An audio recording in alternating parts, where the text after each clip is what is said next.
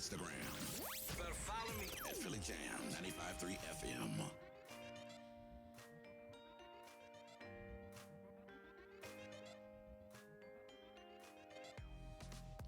Happy Monday, everybody. Welcome to the Rebirth on Philly Jams 95.3. It's your girl, Shay Marriott, in the building. And joining me tonight is my co-host, Mr. Hey, it's your boy Eli Isabel in the building, a.k.a. the South got something to say. What's up, Shay? What's up, E? What's up, Philly Jams? The South got something to say. What you got to say? I got a lot to say. You South. already know. I know that's right. We gonna talk about it tonight. Respectfully. Respectfully. But we're going to talk about it nevertheless. Yes, we are. Yes, we are. Once again, welcome to the Rebirth, everybody. Thank you for tuning in. Listen, we got a lot to unpack tonight. Tonight is going to be a great show. So I'm going to throw the number out there because if you guys want to call up for comments or questions, please feel free to do so. The number is 267-908-3166. Again, that's 267-908-3166. Welcome to the Rebirth and happy Monday. How was your weekend? Hey, you know what? My weekend started out, Friday was good. So, you know, I'm in this Fitbit challenge, right? I'm not in it this week. Okay. But I've been battling with this 60-something-year-old lady every week, right? So I beat her the first 2 weeks. And then last week, you know, my sciatic was acting up a little bit. So I got off to a late start on her. So Friday morning when I woke up, I was down 15,000 steps. So I was like, I'm finna break her heart. So I get that all day. I walk like 10 miles, right? And I got her down within 3,000 steps of her, and then I was done. I couldn't do it. So I spent all day Saturday on the couch, broke down. Wow. Sore as a And let me tell you something. Whoever said, thank you, Tosh. Whoever said Epsom salt work is a lie. My mama had us buying Epsom salt my whole life. I took an Epsom salt bath. It just made me angry. You was still I got out. I was still sore as I was before I got in there. I was like, what in the hell? You should have rubbed down in some alcohol. That's what I should have did. Right. But no, I use that. No, that's my skin conditioner. Can't waste my alcohol. Wow. How was your weekend? Wow. Oh, I hung out with you too. Yes, you but did. Carry on. Yes, you did. My weekend was absolutely great. Friday night, I hung out with Michelle Washington and the Women of More. I was one of the women that was highlighted down there at the riverfront at the Juice Joint. Amen. And we had an awesome time fellowshipping and networking with the women. It was just a great time. So I heard you were honored. Can you talk about the honor? Yeah. So Michelle Washington, I mean, she is the CEO and founder of Women of More magazine. Okay. And we actually met on a photo shoot. So not the one I just did, but the one I did last year. And, you know, she really just held me down. And I didn't even know her at that time, you know, but we connect. And she, you know, she pretty much was highlighting me and a couple other ladies, you know, just to see that, to say I see you. I see you, you know, doing what you're doing with your business and being consistent and all of that. And I really appreciate that. She definitely holds me accountable. That's dope. She definitely holds me accountable, and she definitely pushes me to be more. So I really had a great time on Friday evening, and I definitely appreciated the honor. Saturday, I slept off and on. But then you topped Friday off with me and Jules. Wait a that No. That was Friday night. Yep, Friday night, I mean. Yep. That's why I slept all day on Saturday. Yeah. So, Friday night, you and Jules came through, and we hung out at my house, at my crib. Brandywine Program alumni. Yeah. From the late 90s? Yeah. Over what? That's a lot of years of friendship. So, we had a good time. Absolutely. That was nice. Yeah, I enjoyed that. Yep.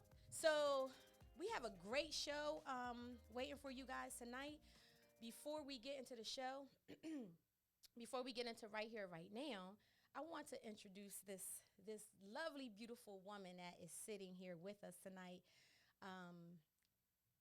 First of all, I'm going to introduce you how I know her. Uh-oh.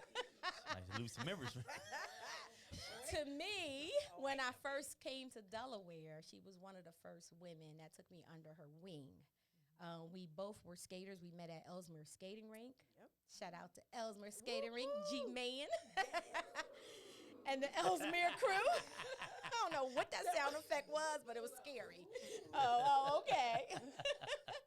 And, she just took me under her wing, and just beautiful woman, beautiful spirit, and we was just hanging ever since. We hung from the back in the day, the good old times to still now. Want to hear about those times? No, you ain't hearing about none of that. But anyway, I call her my nut. Affectionately, I call her my nut. And I'm nut one. She's nut two. There's a story behind that. But you guys may know her as the executive pastor of the Transformation Christian Worship Center, the founder of I Am Built for This Women's Conference, and the founder of Wives That Win Master Class. Please welcome Pastor Delisa Lewis to the Rebirth. Thank you. Yes. Hey, no, she didn't.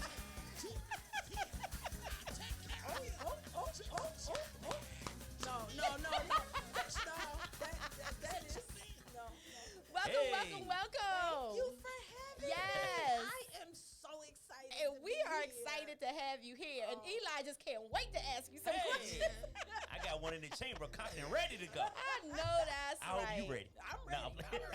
You know what? I'm gonna let her get warmed up because we gotta go into our right here, right now segment.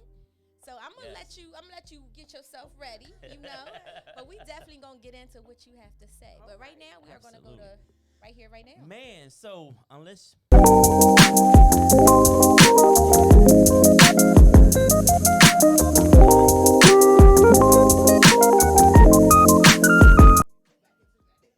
thank you, Tosh. You made me go deep like I'm a midnight DJ. So now, right here, right now, y'all. So unless you've been under a rock for the last 22 hours, we all know that the Oscars were held last night. And there was a point in the Oscars where Chris Rock, who was being Chris Rock, up there being actually very funny. He was kind of carrying the show along. And he made a joke about Jada Pinkett Smith in reference to her. We're looking forward to the new G.I. Jane. Like to see you in it, Jada. And if you are familiar with the original, Demi Moore played in G.I. Jane, and she had a short haircut. Jada Pinkett is currently wearing her hair short due to, from what I understand, alopecia. Is that correct? Yes. So she's wearing her hair short due to alopecia. And initially, as he's making this joke about her starring in G.I. Jane, Will's laughing, which kind of threw me for a loop, you know. Right. Will's over there cracking up. Jada, not so much. So Chris is going on, and then all of a sudden we hear Chris says, "Oh, okay, Richard Williams is coming to the stage." So he walks up there, and Will smacks him in the face and turns around and walks away. And at that moment, I became very confused. Initially, I thought it was a stunt. Best friends, like, please, Lord. Jada, I love you. G.I. Jane 2, can't wait to see it. All right?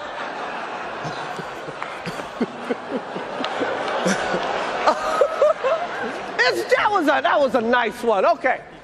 I'm out here. Richard. Oh, wow. Will Smith just smacked the shit out of me. Keep my wife's name out your fucking mouth. Wow, dude. Yes. It was a G.I. Jane joke. Keep my wife's name out your fucking mouth. I'm going to, okay? Okay. That was a greatest night in the history of television. Okay. Memory is him slapping Chris Rock. So I think it really took away from the moment. And you know what they say? You can't take nowhere. We act up even at the Oscars. Listen, 12 years ago, 3 6 Mafia won the most ghetto hood group from Memphis, Tennessee, won an Oscar, and they didn't even act up.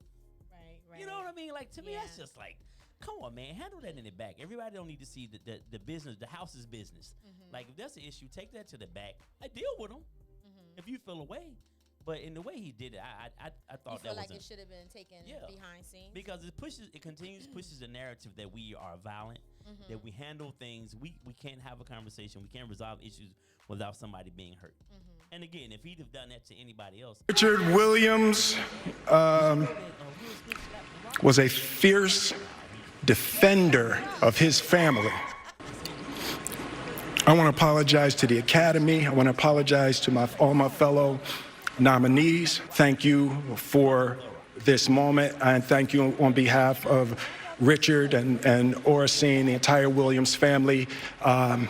Thank you. Hope the Academy invites me back. Thank you. Just threw you right in there. Okay, well, first of all, I haven't been saved all my life. Giselle, it's like, please, Lord. Jada, I love you. G.I. Jane 2, can't wait to see it. All right?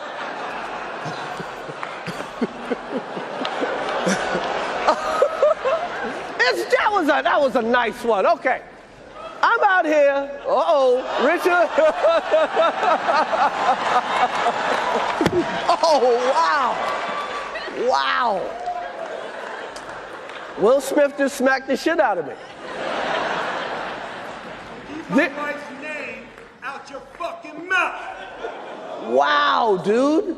Yes. It was a G.I. Jane joke. Keep my wife's name out your fucking mouth. I'm going to, okay?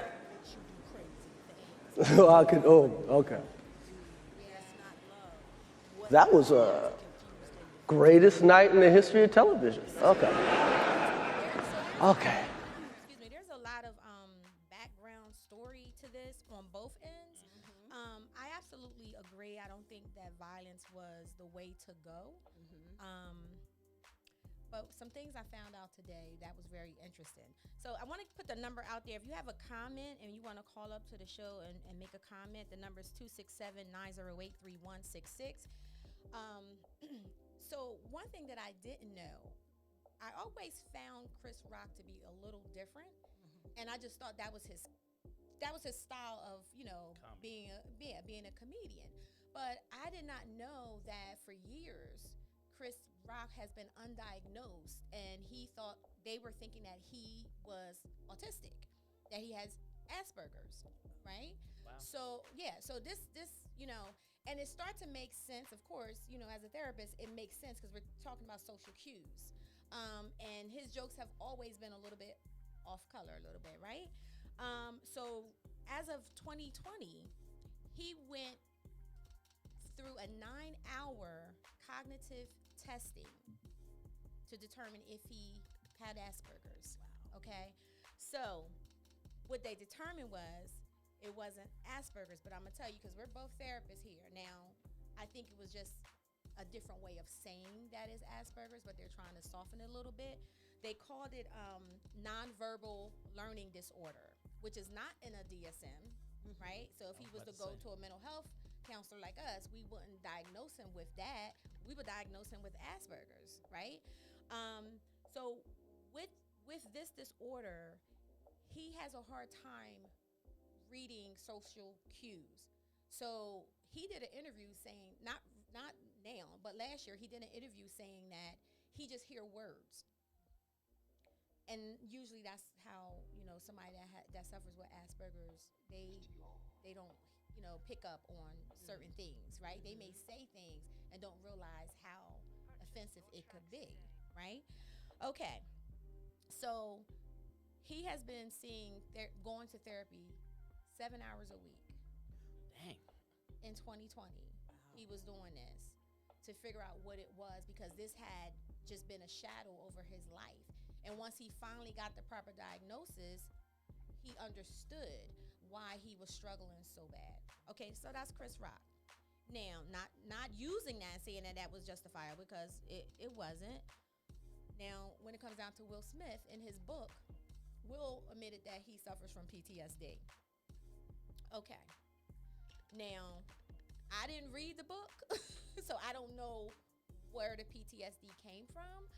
But what he did say, a couple sentences that I did read that they had out there, was he felt humiliated and pretty much like a punk that he has not defended his family in the past when people came for them. Okay. Right? So, knowing that, and then when we saw, because I saw him laugh too, everybody did. Yeah. And I think it was that moment that he looked at Jada and saw that she was offended, is when he felt like he needed to now defend her and retaliate. So it was a very confusing moment. I agree, because you saw him laughing and then all of a sudden a smack, right? So that question, so what, were you really angry, or were you trying to prove to your wife that I'm going to stop this now? And that made me go back to the book and what he said. So that was the little bit of research that I did. Oh yeah, you went deep in, on that one. in regards to that, but I didn't know that about Chris Rock. I really didn't. But now knowing it makes sense. I'm interested to know what the PTSD is that prompts you to look at your wife being upset, then you go smack him. Because I feel like that whole thing came from him being the red table talk, him becoming a meme, Yes. and him being humiliated by his wife Yes.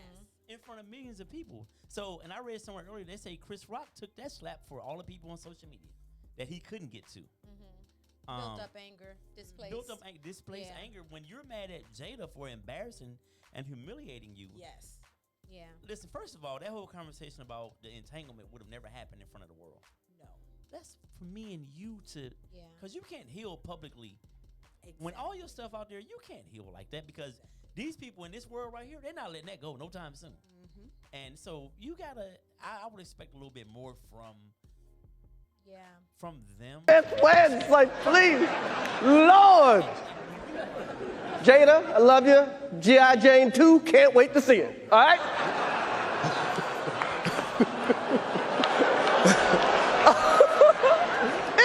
That was a nice one. Okay. I'm out here. Richard. Oh, wow. Wow. Will Smith just smacked the shit out of me. Keep my wife's name out your fucking mouth. Wow, dude. Yes. It was a G.I. Jane joke. Keep my wife's name out your fucking mouth. I'm going to, okay? Dress it like a man and call him Okay. in the back and say that he didn't approve of that or he didn't appreciate that. But the reality is when you have no reason to practice self-restraint, then there's going to come a time where that's going to come back to bite you. Yeah. And so I felt like he needed to get some things off of him. Yeah. And that was the opportunity he took. Unfortunately, the timing of it, it's going to bite him for a long time. Yeah.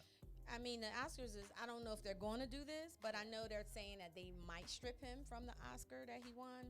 I don't know. Sometimes they like to make an example out of people. I don't know if they're going to do it or not. But it did overshadow a lot of things because I believe Questlove had also won an Oscar. Philly Right? native, yeah. Yeah, so Homeboy. we didn't even know about that. Nope. Yeah. Eli, won't you read some of the comments coming in? And I will. Let me say this. If I was Chris Rock, though, I know Will's bigger than Chris. Chris a little dude. Listen, they'd have to go to commercial break because I'd have been on his back. I'd have beat his whole shoulder out. They'd have had to, you ain't just finna slap me and walk away. I'd have been on him like a chihuahua. You ain't finna slap me and just walk back to your seat. And they didn't even, it was so disrespectful, they didn't even take a commercial or nothing. They had to we'll be right back. Play that funny music. And we'll be back in 2 minutes because I'm in there creating a scene. I'm knocking everything over. Yeah. Actually, I spoke to someone who said, Chris Rock is from Bed-Stuy, and he had Do or friends, die. and he had friends with him. So that could have gone a It whole could have different went way way. left. It could have gone a whole different It could have way. went way left, man. But yeah. So. Brooklyn, stand up. What y'all doing? All right. Just let that man get smacked like that and nobody came out. Tamara P. Jones says, yes, my sister pastor Delisa Lewis is in the house. Shout out to Shannon. What's up, bro? Always here. Rob Lewis says, that was not a good look for Will. Miss Jenkins, Nyesha Jenkins said, not at all, shaking my head. Tony Tanksley Hewitt, very bad look for him. And uncomfortable. Uncomfortable. I didn't see it live, but I was uncomfortable when I saw the video. Yeah. Jesus. Sad night for sure. Not a good representation for us at all with this notoriety and accomplishments of black men. That was not a good look for Will. Rob Lewis, let me see. Rob Lewis said, if Chris Rock knew what was going on with Jada, I am confident he would not have made that joke. I mean, is it possible for him not to have known? I know. Well, they said he didn't. So that came out right before I was leaving to come here. They said that Chris did not know that Jada had an autoimmune disease. Right. Okay. Right? So, Shout out to Miss Isabel for watching. Thank you, boo. Here's something that's real right here. Rob Lewis. So I don't get my shoulder bit out when I get home. I got to throw a little shout out. You know what I mean? Rob Lewis says the red table talk situation was disrespectful. And to me, it all goes back to that. that was a catalyst for him doing what he did last night. Like it's that's on your wife, bro. So when he had an interview, and this will be my last time because I want to jump into Let's go. Pastor Delisa. But he had an interview recently, and they asked him something about, I think it was what is it, Robin? What is her name? Robin. From Good Morning America. Yeah, was asking him about infidelity in his marriage, and he said, we never had infidelity in our marriage, but he never said that they have an open marriage. So if they have an open marriage, they know about each other's partners. So that's why he don't consider it infidelity. Have either one of them ever said they have an open marriage? I've never heard either one of them say that or read that they said People that. from their camp has said it, but I don't think they've actually acknowledged it. So it's crazy. It's always been that connected to them over the years. I don't know, but he did say there was never infidelity in his marriage. So that leads me to say that they do have an open marriage because he's not acknowledging August, whatever his name is, Alcina as infidelity. I couldn't. She think gave of a that whole name. new name. Now she cheated with not two dudes August? named August. No, it's August Alcina. Oh, okay. All You right. call him Alcino. All right. I So caught that was right here, right now. We're gonna move on because I definitely want this lady to. We got some topics to talk about. And I love it. And I'm telling you, if we can't get through it tonight, we're gonna have to come back for a part 2. Okay. You down? Okay, You good I'm for down. that? I'm Okay. down. Okay. So first, let's tell us a little bit about who you are. I know who you are, but you know. Well, I'm an executive pastor now, assisting my husband. I am the best help me a man could ever ask for. All right. Amen. Talk your talk, Pastor. But of course, I wasn't always this way. I come from a place of a great childhood, but then some things happened. My mother died when I was young. Went through a severe depression.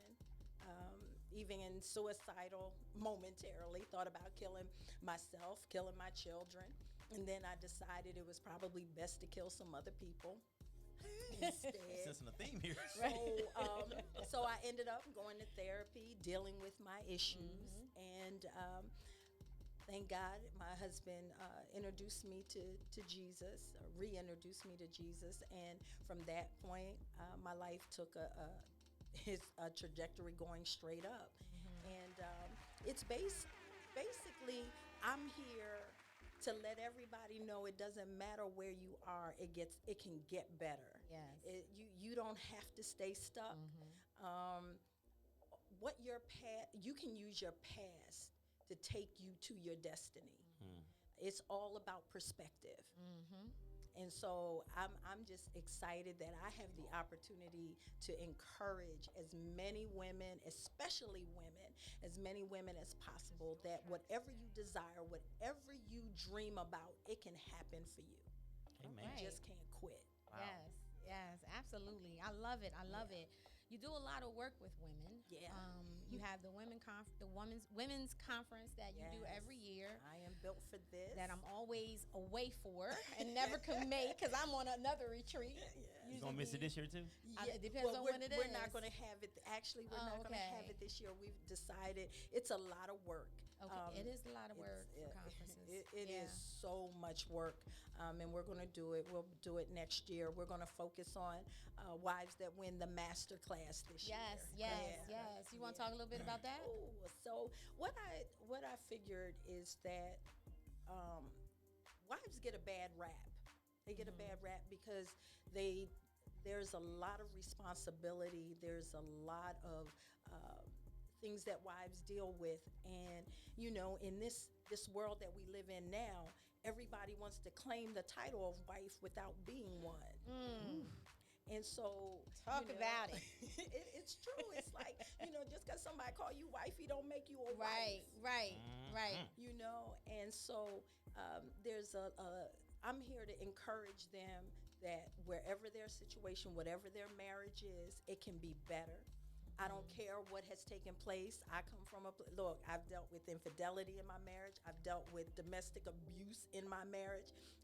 I will say that was me. I got locked up.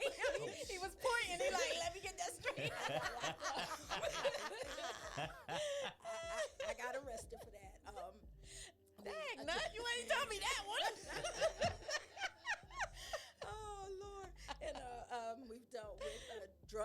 addiction. We've dealt with blended family. We dealt with everything but homosexuality in our marriage. So I'm here to tell you, whatever it is, I'm telling you, my thing is on top right now. I am loving my man. Oh, He's that's loving what's up. me. And you can have the same thing.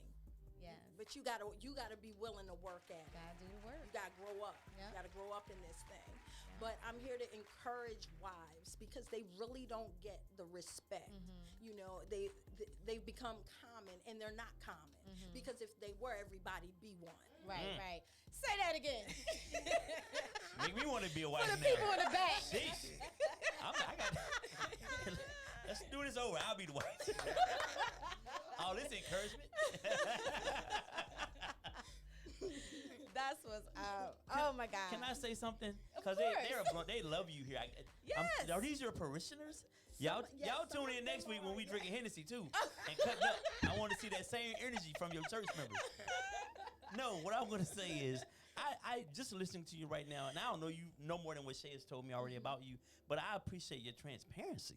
I think that we don't see that a lot with pastors today because they are all perfect. And anybody who can stand here and lay their things on the table and encourage people, this is what I've been through, this is how I came through it. Right. I definitely respect that. I mean, and you don't get that a lot. So Thank you. Yeah. that encourages me too. I appreciate that. Well, you know, it's easy to be transparent when you've overcome it. Right. But the reality is, if you're still dealing with it, then you try to keep secrets. I learned a long time ago that secrets will kill you. Yes, it You know, will. and there's power in the secret. Once you release it, it has no more power over you. That's right. And so, that's one thing about the wives masterclass is that I'm putting everything on the table. I want them to come in and be able to release that stuff. It doesn't matter, because you have to put on this facade in front of children and co-workers and family members and all of that. And so you need a place to come release that and let that go. Absolutely. Yes. So it's a safe place. It's Wow. a safe place. So Priscilla Isabel, which is your beautiful wife, she said, "You better say that, sister." Woo, let me tell you. Come on, Priscilla, you come on to the Wives Masterclass. I tell you, he gonna send me an offering when I'm done. Oh snap! She come back, I'm gonna be the wife. I gotta know first. I need to know the rules of this thing. Do I still get the piece standing up? my goodness. Because that's the deal breaker right there. No, all the more. That's the deal breaker. All the more. Yes. No, she Well, go ahead then, baby. She is not coming in to take over. Like, She's sign her up. coming in to be everything that she needs to be for her. I like so that. she can be, because if she doesn't know who she is, Yes. she can't help you. Ooh, child. Where the sign up sheet at? Is it online or you got a piece of paper? Can I put her name and address on a little piece of paper? With a phone number? Wow. Oh my goodness. So Delisa, there's a couple things that we wanted to touch base with, that Okay. you actually want to touch base with us in talking about, and it's love versus manipulation. That was I want to start there because Yeah. I did a Zoom session. A young lady asked me to speak, and so that was what came to mind. I'm like, we call love, we want to label things, and we call it love, and it's manipulation. Because as I was studying it out, what I realized was love gives. So whenever you do something with an expectation to receive, you are manipulating. When you love, you just give because you want to just give. And of course, we know that there is a principle that you reap what you sow. That there is that reciprocal principle in place. So, but what people don't understand is what you give, you may not get it back from the person that you gave it to. right. So, Right. but there are so many women talking about, I gave, I did, I was there, and so what? That's what you were supposed to do if you were loving him. Right. You weren't supposed to be expecting anything back. The minute you started expecting some things back because of what you did, you are now in a place of manipulation. Wow. So how do we change that mindset? Because I think human nature, naturally, we think, if I'm doing this for you, you should be doing this for me. If I'm giving you this, you should be giving me that back in return. How do we readjust that mindset? You have to transform your mind. You have to renew your mind. And that comes with a spiritual relationship, because what you start to understand is that I'm here to give. I'm not here to receive. And so you have to have a relationship with God for that. Anything less than that, you're going to find yourself always looking for man to give you back. You got that? I got it. I'm clearing out some space in my, my memory, my gigabytes is kind of full. I'm trying to clear some things out so I can receive this. I got 3 gigabytes left, but I'm gonna hold on to this. It's easier when you take, say, men and women, and think about what you do for your children. You give, you sow with an expectation that what you give them, they're going to soar with that. Right. You're not looking, well, you better take care of me. We don't look for our children to do that. Yes, it's great if they do. But when we're sowing into them, it's just because we want them to be the best they can be. Right. And that's what we need to be doing in our relationships with people. You know, even for girlfriends, I don't give to my girlfriends because I want back from them. I give because it's just what I want to do. Right. Well, to my children, a nursing home is not an option. You take care of me. You Negroes going to private school and all kind of stuff. I need that back tenfold. I don't care if I got one kneecap left and a one left ear. You hold on to me. All right, go ahead, But carry on. if you sow honor, you'll get honor. True that. So, and that goes according to how you treat your parents. If you got to treat your parents a certain way, because that's what your children will see. Right. Agree. Yeah, absolutely. Agree. Absolutely. Yep. Yeah. Yeah. So when we talk about earlier, you were saying all the things that you have, you guys endured in your marriage and your relationship. How do people overcome adversity in their relationships? Well, number one, you got to ask yourself why you're there.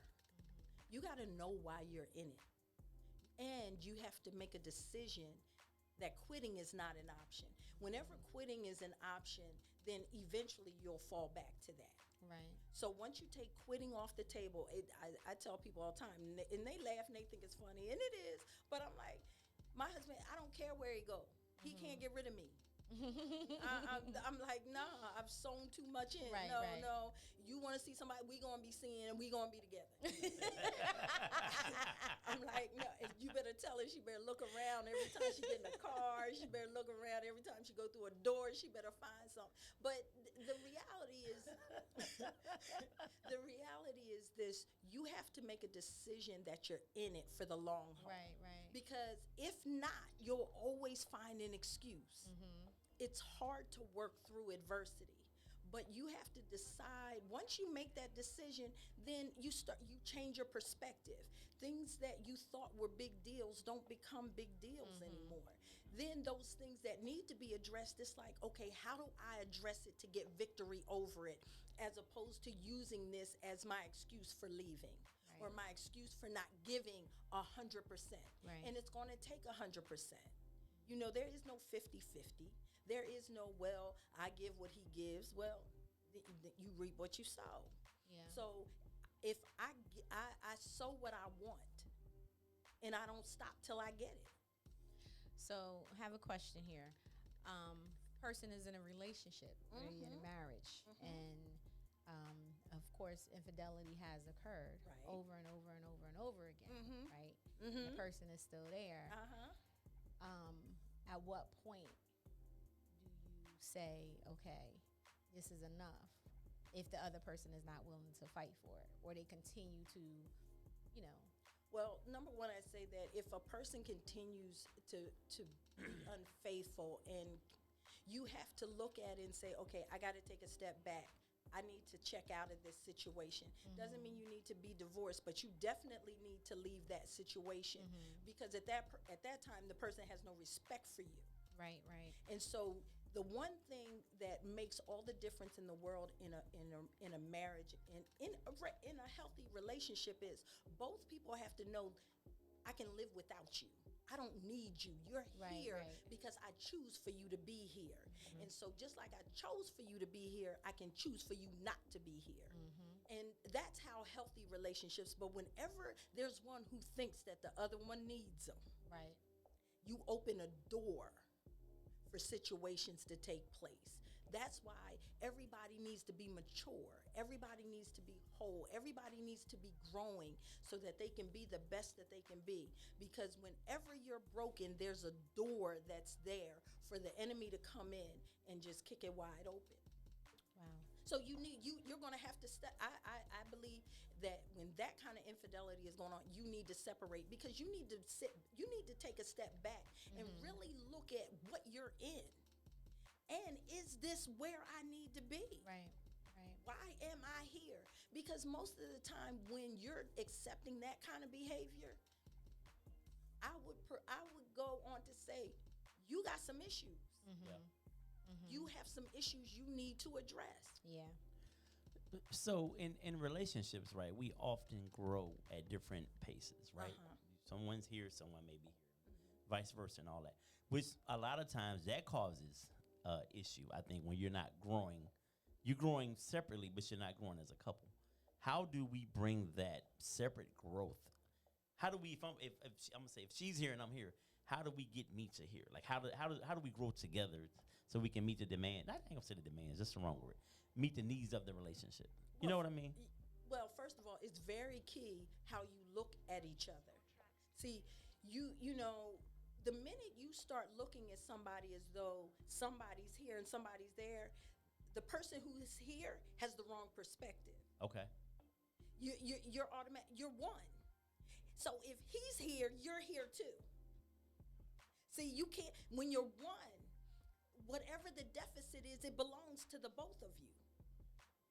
So if one has a deficit, then my job, if I see my husband is struggling in an area, then it's my job to help him.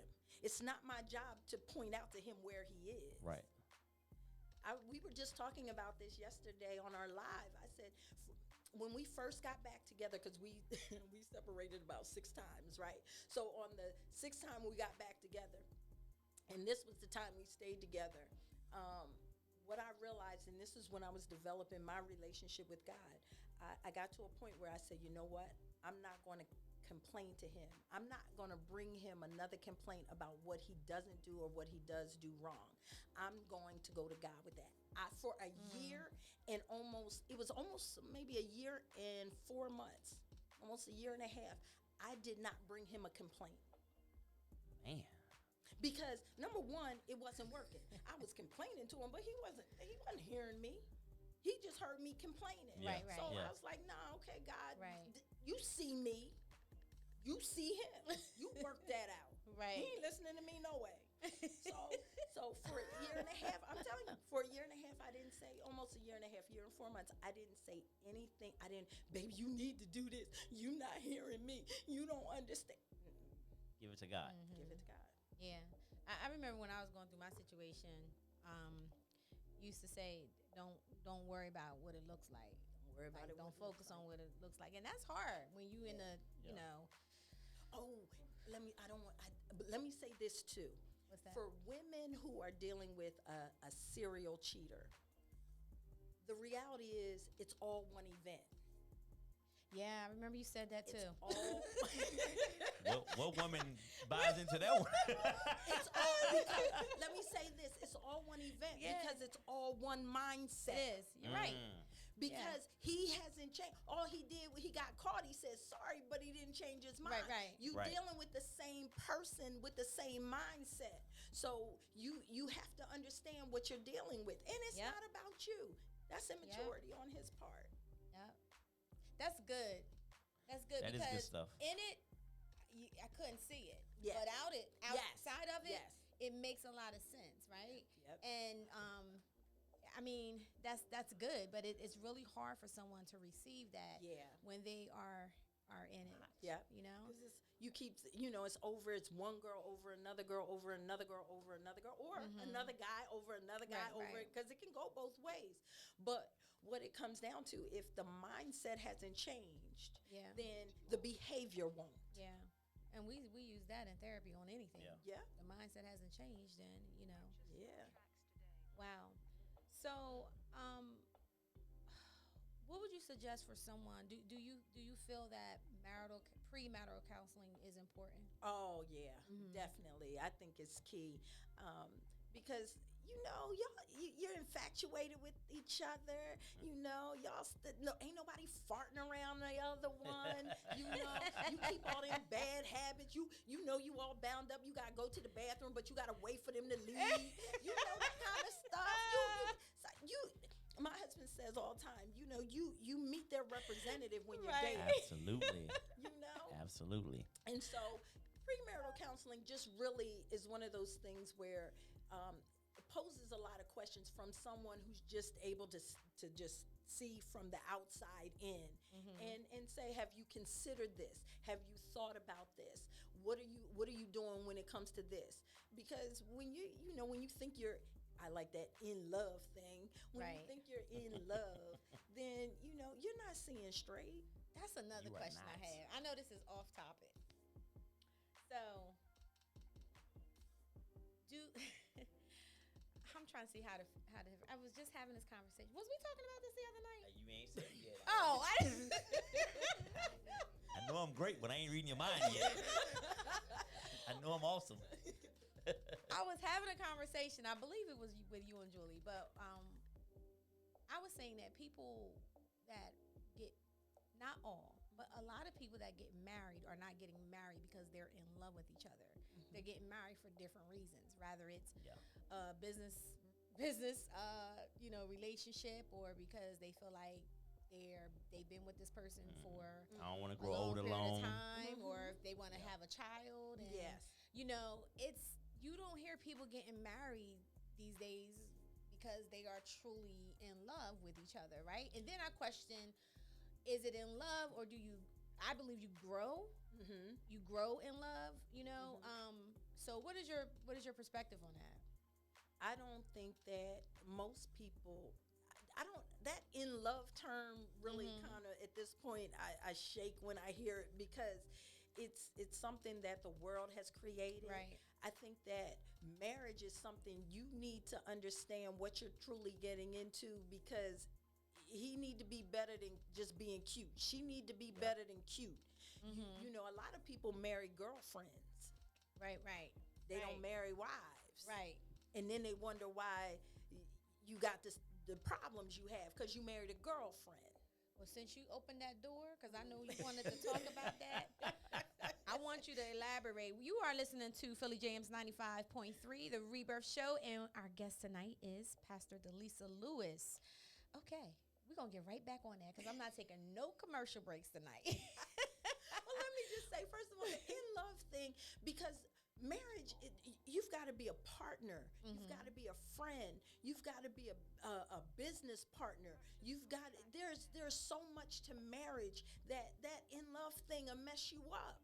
Just because you got this chemistry, or somebody's attracted, or you have a few things in common. You like the same music. You talking about you getting married. When this is a lifelong commitment. Right. So you need to look at some other things in that in-love thing, because sometimes you're gonna love your spouse, and sometimes you're not gonna like. Right. Let me say this: no, you're not gonna like them, because you're always called to love them, regardless of how you feel.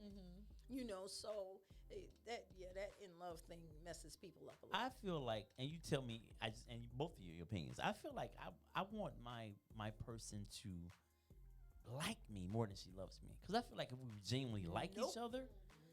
That's just, I just feel like if we genuinely like, because I can love you, but if I don't like you, I'm not gonna deal with you. I'm not just like, you're not gonna like people all the time. I need my husband to love me, regardless of whether he likes me. I agree with that, because love is patient, love is kind, love is long suffering. Love doesn't take account of wrongdoings. Love is not gonna bring my past up to me. Love looks to me in hope. Right.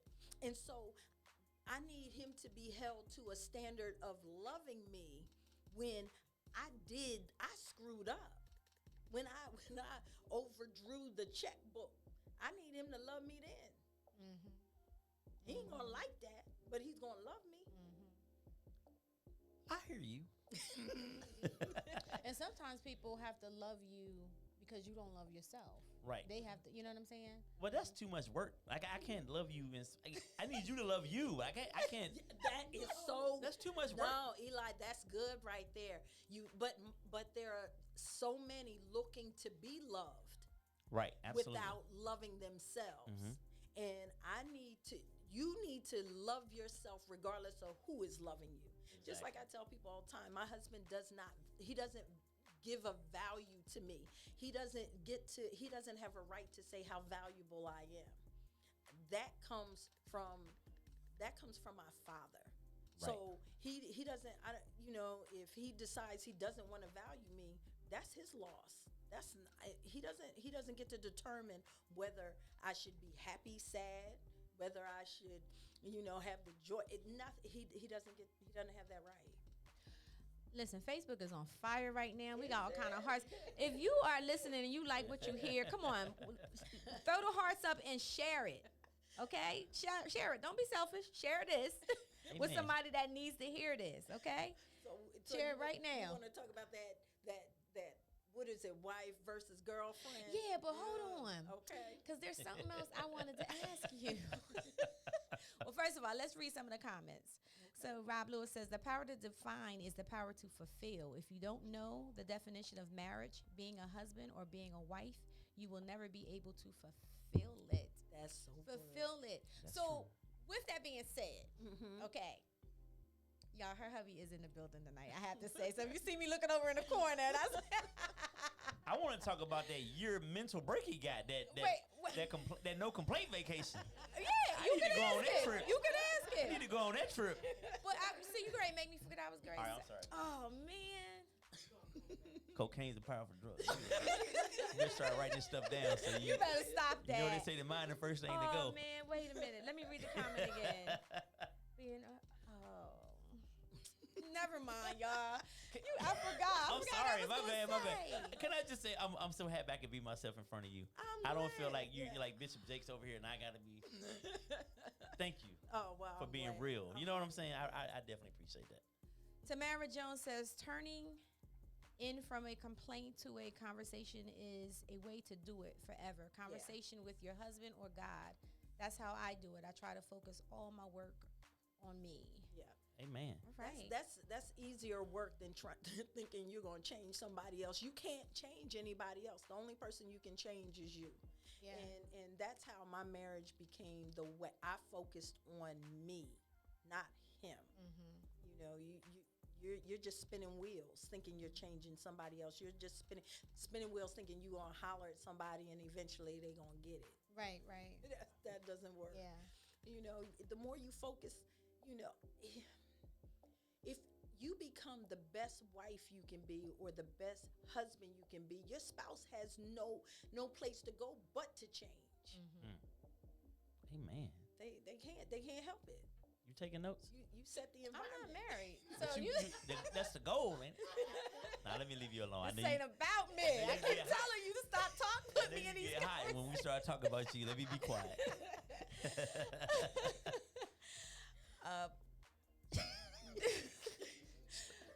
Pastor Delisa. Yes. I want to go into what the wives and the girlfriends situation. That's where we were going at, right? Yes, that's where we were going. Eli, stop throwing me off, man. Yeah.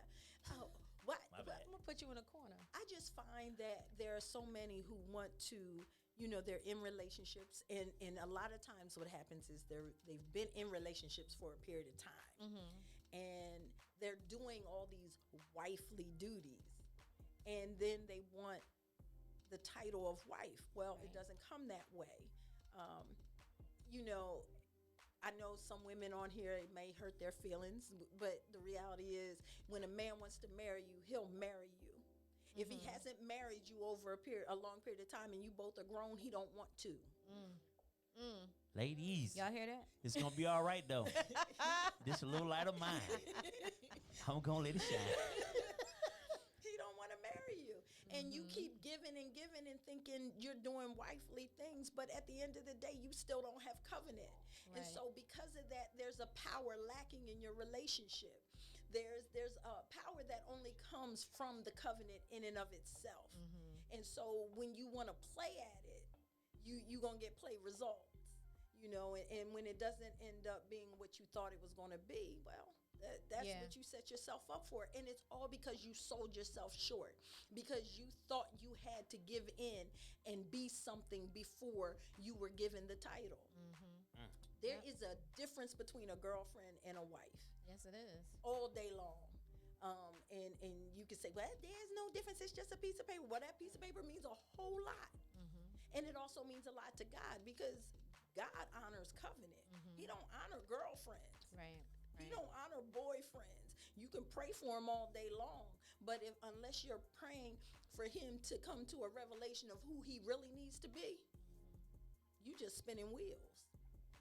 So, it's funny because you know those people who've been going together, living together for years, right? And then they get married. I mean, it was fine while they were living together. Everything, they were the best couple. They get married, and all of a sudden they divorce. Yep. Seen it. Why? Because the enemy does not like covenant. So that's when while you were doing what you were doing, there was no friction. It was easy. Right. But when you decide you're going to do this and set everybody else apart, it's different. It's different. I tell girlfriends all the time, you a girlfriend. Girlfriends are meant to break up with. They're not meant You think, Ray, make me throw something in here tonight. It is You better teach and preach. Boyfriends are the same way. He's a boyfriend. He meant to break up with. When it's not going good, that's why he a boyfriend, so you can say bye. Right. It's not for you to hang on to. No. He ain't a husband. No. What? Whoa. Okay. Pastor got you. my nut Pastor right got you there. hype up in here. That is my nut. I remember what I was getting ready to say. Okay. What I was trying to say, because I think I was trying to respond to what Pastor Rob Lewis said was, so if you want to get married and you want to be a husband and you want to be a wife, that shouldn't start when you say I do. Right. You should be walking as a mindset, husband right. and walking as a wife Right. way before you get down the aisle and say I do. Right. That's so true. Because where it says when a man finds a wife, that means he found her with the characteristics and the skill sets of a wife. It's one of those things that, oh God, there's so much I just kind of want to say. I know. We're going to have to have a part 2, 3, 4, 5. But what's interesting is my husband and I were talking recently, and he had brought something he had read on Facebook. Somebody had posed a question about, are you raised to be a wife or a girlfriend? And I thought about it, and I said, there are women who've been raised to be a wife, and there are women who've been raised to be a girlfriend. And then there are those women who've been raised to be a wife, but settle for being a girlfriend. And so, unfortunately, when you come up in certain families, and you're not exposed to some things, then you find yourself doing wifely things, Right. but you're really a girlfriend, and you're okay with that Right. until it no longer works for you. So you have to think about, are you a girlfriend? Are you a wife? Are you a boyfriend, or are you a husband? Let me ask you a question, because I know when we think about boyfriend, girlfriend, we normally think about younger people, right? So Nah, these people old now. well, yeah, and that's my point I'm about to get you. So I know some people, he's 67, she's 63, and they are like boyfriend, girlfriend, right? And it's like, well, what you gonna do? When you gonna get married? This joker. So his thing, how he kind of keeps her at bay, he's saying he's trying to get his credit right. So he don't want to marry her. Yeah, he's trying to Is this a get true his story, credit. or you making up something? I don't interrupt you when you be talking. He trying to get it because he say he want to be able to take care of. I'm like, dude, you already getting Social Security. Like, what more can you? What do you want to do at this point? Right. So, though it doesn't matter the age, huh? If you BSing, you BSing, right? Yup. It doesn't matter and trust me, it has just come to my lap. Those who are you would think by the time you're 50, 60, I'm telling you, bad habits are hard to break. Yeah. Bad habits are hard to break. And if you're 60 and he's seeing you, and he keeps seeing you, and you 60 and you giving it up, and he ain't talking about what's there to work out. So you need to get that 750 credit score at least. what's there to work Need a new out. Buick. If he can't get that 225, he can't, you know. So silly. But what's there to work out? Yeah. Right. And then this is the crazy part, because we've seen this. Those people who've been together for years, and then God forbid somebody gets sick, and we didn't need that piece of paper, right? Yep. And then when he gets sick or she gets sick, then you have family members coming in taking over, but you've been there for 20 years. Right. What is that? Yeah. But you didn't think the piece of paper, it's important. It is important. It is important. important. And then you got children that he didn't even like coming in, taking his money and getting his insurance, and you got to get out the house. And you got to get out the house. That actually happened to somebody I know. It happens a lot. Yeah. Business wise. Yes, it happens. Yeah. It does. It happens a lot. Yeah. A lot more than people think. Yeah. It really Man. does. Yeah. Yeah. It was nothing she could do about it either. Yeah. Nothing she could That's do a about Tyler it. Perry movie, wasn't it? When the guy, he had all the power, and he put the girl out. She went back home to be with Madea. Well, whatever that movie was, but she ended up having to take care of him in the end because he got shot. Right. Yeah. And the girl left him. Right. That's Whatever what that was. Yep. Yeah. That's that what movie. happens. Yeah, I didn't like that. I didn't like that movie. Dawn Collins says yes. Oh, she's replying to Bishop Rob. She said, yes, Bishop, get to stepping. Tamara Jones say they love familiar. I can never say this word. Familiarity. Good gracious, yes. And not the faith covenant that comes with marriage. That's true. Priscilla Isabel, wifey. Yeah, She says, why pay the cow when you can get the milk for free? You bought the cow. You bought the cow. Move. Yes, we did. That's what I'm talking about. And guess what? It provides me with lactated milk because I got a little dairy issue. So that cow trained to go. Yes. Oh my goodness. So I have to go back to, when, because I think this is really, really serious, and because I do couples counseling, so I'm seeing a lot, right? Yeah. And when it get a little bit, I be like, listen, I know somebody. Let me call up Pastor Delisa, Bishop Rob. But what should people, like, how do you know when you're ready to get married, right? Because we're not focusing it on being in love, right? Because you were saying that's Right. So how does a person know? How does a couple know that they're ready to take that next step? Number one, when they're ready to share their life, when you know you're ready to give, when you can look at that person and say, I'm all in and I'm willing to give in this relationship all that it takes. More than I'm looking for something in return. And there's a lot of things that go into that. There's timing, because I think that there's some that are younger that can do it. I think that some older, it really depends on the person. It's an individual issue. And it's a decision that each individual needs to make.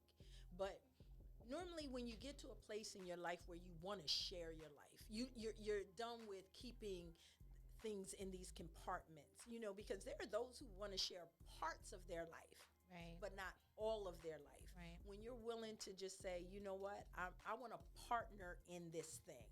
I want someone to go through life with, so that we can help each other. I think that's when you're on the road. Yeah. Okay. Because anything short of that, you're going to find yourself in disappointment. And even knowing that, you're going to have some issues and challenges, but you have a focus. You'll have a focus, and so it keeps you grounded in what you need to do. But there's so many that are entering in that are so immature. Right. And so they find themselves very disillusioned when they get in and they find he's not this and he's not that. And the reality is, on the outside, we all know it. We know it. What you looking at? What you Right. Sometimes you talk about what you've been talking about. Right. How you get here and you didn't know this, you didn't know that, you didn't know he was selfish. How you not know? So when that couple sits in front of you and they are truly, they are not ready. This is not going to work. Do you let them, like, y'all need to cancel this? Do you let them know that, or do you work with them to get to where they need to be? Like, how does that work? it depends on what they want. Some couples will come and they're gonna get married regardless. So this is just a formality. We So, gonna meet with her. so then your job is to help them, assist them to be what the best that they can be at it. Okay. We haven't had a couple that was totally. We've had couples that weren't ready at the time, and they didn't get married at that time. They waited, but most people already when they come to premarital counseling, they get married. They all in. They all in. They not. Most of them, unless they really honor you. Yeah. And leave it up to you. Now, there are some that we know that if I told them right now, don't marry that person, they wouldn't do it. But most that come, they already have it in their mind. So what you have to do is say, okay, y'all gonna do it. Let's just prepare you the best we can. Right. Because you already have in your mind, you already got a date for the wedding. You got the and I'm. That's a whole nother story. Thank y'all for the love. Oh my God. Thank you. Yeah, absolutely. I mean, we had some powerful women on this show over the month of March. Definitely we're honoring powerful women for the month of March, for Women's History Month. And I remember when I asked you to bless us with your presence, you said, I'm going to take the last Monday. And I'm glad you did, because you are really ending this on a really good note, and it's strong and powerful. And there's so much more to be said, so I have to have you back. And you can come over here and sit along on the table too, because they got some good talk. They was on the rebirth. Get some of this heat. They was on the rebirth when I was on Hottest Live. Okay. Know? Oh, okay. Okay. Yeah. I had both of them on together, and I mean, man, the conversation, and I've known them. I've known Delisa for a long time, and I was with Delisa when she met. Yes. Okay. Yeah, yes. Actually, Don't tell the story. It was Shay's fault. Oh, wait a minute. Shay's fault. Did she met him? Because let me tell you, at the time we met, we had no business being together. So it was my fault. It was her fault. But Shay was. I'm gonna tell you this story. I got time? Go ahead, tell the story. Okay. Shay was feeling bad for it because she was having some relationship issues. Okay. Wait a minute. Let her talk. Put Shay mic off. Go ahead, Pastor. You don't interrupt no pastor. So what we decided, we were gonna go out. I was, cheer her up. So, and it was so funny because at that time I had decided I wasn't looking for a relationship. I was going to be single. I was a single woman with children. So I was just going to focus on my kids. I'm done with the dating thing. I'm just going to focus on my kids. But I was going to take her out. We were going to have fun. Just get her mind out. What was it, Gotham? Was it Gotham? Yes, it was Gotham. Remember Gotham? Delaware Ave, right? Delaware Ave, Philly. Yeah. Might have saw y'all up in there. And it's so funny because my husband worked there. He was a security guard. Oh wow. So he was there that night, and what you do? What you do? Now let me finish the story. I walked over. Let me finish the story. Okay, because we wasn't in the club no more than 10 minutes, and she saw this man. Miss, I'm done with your whole relationship thing. And she looked, her whole body language changed. She looked and she was like, no, look at that. Who and I was like, but you ain't, you focusing on you, whatever. Yeah. You're not there And right then now. I had the nerve to say, I dare you go over there and say something. Did. She dared me. And she walked right on over there. Right over there. Introduced herself and everything, and the rest is history. Yeah. Wow. Yeah. What's this, like mid to late 90s?